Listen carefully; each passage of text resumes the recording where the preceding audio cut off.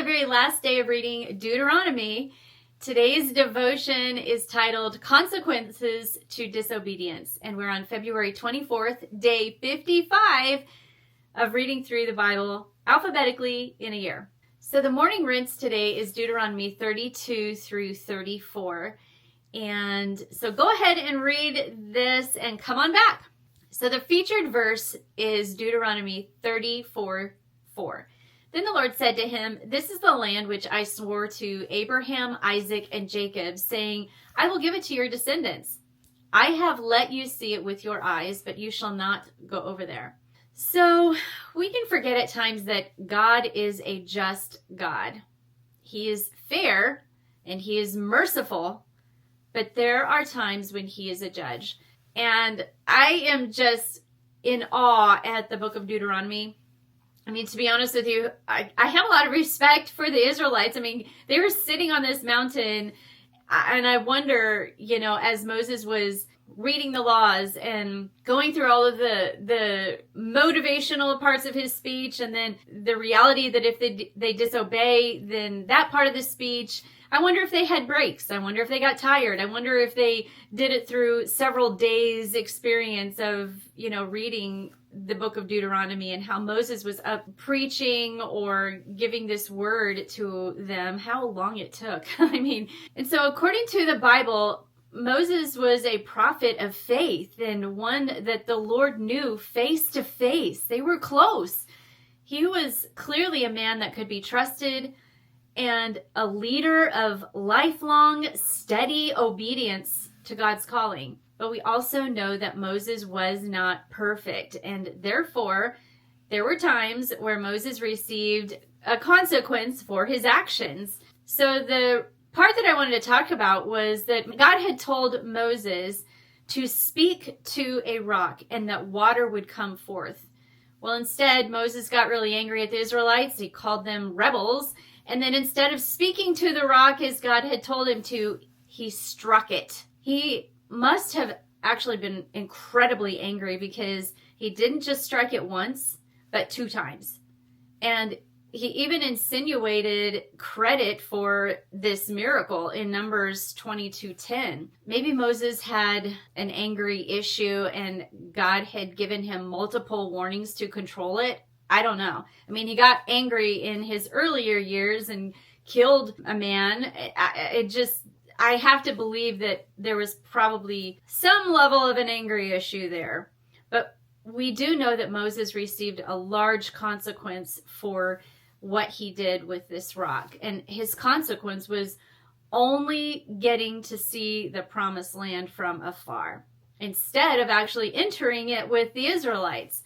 His call to lead the Israelites to this chosen land was completely over with that act of disobedience. And my guess is that the Israelites knew that he disobeyed, and therefore God had to show the people an example of a consequence, even for a leader. But God is still merciful, and he still cared for the people, and he gave them water. Obviously water came forward out of that rock despite what Moses did. And then he still called Moses a friend. Also, in my opinion, one of the most amazing things in this story is that despite Moses receiving what could have been the most devastating consequence of his life, realistically, let's look at the big picture. Moses spent years, decades, with this promise of leading the Israelites to the promised land. And I'm sure that he was so excited to get them there. Can you imagine? It was his life. It was everything about him. He was doing this mission. He was moving forward with this mission. And yet he received the consequence of not being able to go into the promised land with the people. He only was able to see it. And so right before he died, he climbed up Mount Nebo and was able to look at it and then die. But you know what is really cool about this story? It is not recorded that he had any bitterness towards God. Not that I can find. He accepted that consequence and he owned his error. and realized that, okay, God, you end the book of Deuteronomy with this. I mean, I have grown to really love some of these Old Testament stories, and I love Deuteronomy, and I almost like tear up because we get so close to these characters almost, right? When we're reading the Bible, we get so close to their story and they're so close to what's happening. And I can just see it in a movie, when all these people are on this mountain and Moses is telling them over and over again, encouraging them to obey. And then he has to tell them, I disobeyed and I cannot go with you, but I'm going to climb up that mountain and I'm going to look at what you guys get to participate in. And when you go over there, remember these laws. Remember what God is speaking through me. Remember these rules. Remember these commandments and obey, because you don't want consequences like this. You want to have all the blessings that you can throughout life. I can't imagine this moment that Moses had, but it's so cool to come to the end of the book of Deuteronomy and realize that Moses was not bitter at all.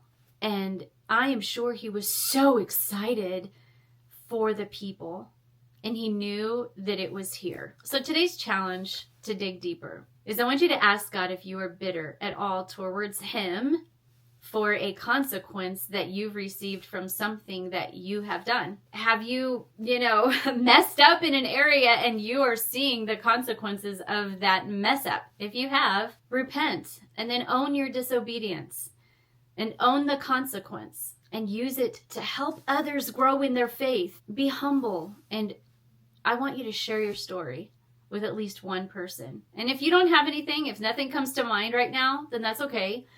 That's okay. But maybe share Moses' story. There's so much richness in all of this.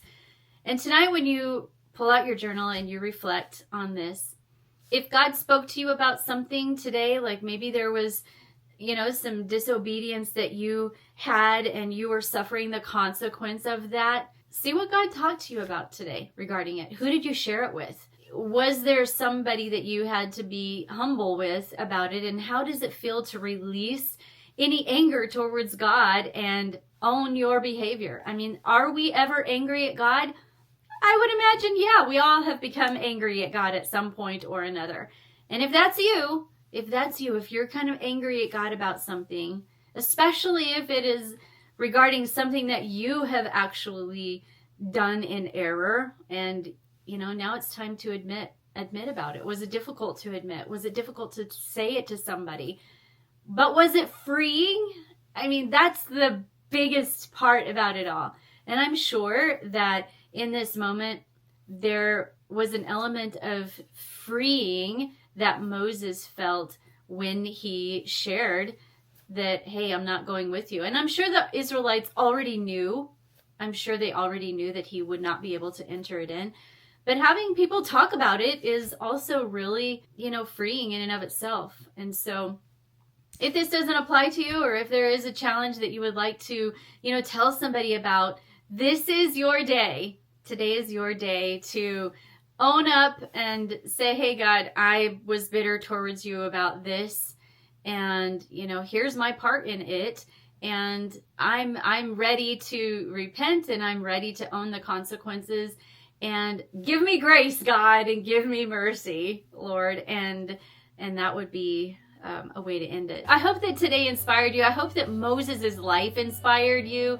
I hope that you are so motivated that you have finished reading the book of Deuteronomy, or at least gotten through the portion of my devotional where we're done with Deuteronomy. And tomorrow we start on the E books. Ecclesiastes is first. If you don't have my devotional yet, go ahead and hit the show notes. There's links in there. And if you haven't had a chance to pick up your journal as well, the companion journal, the links are in there as well. And as always, keep rinsing, reflecting, and repeating. God bless you.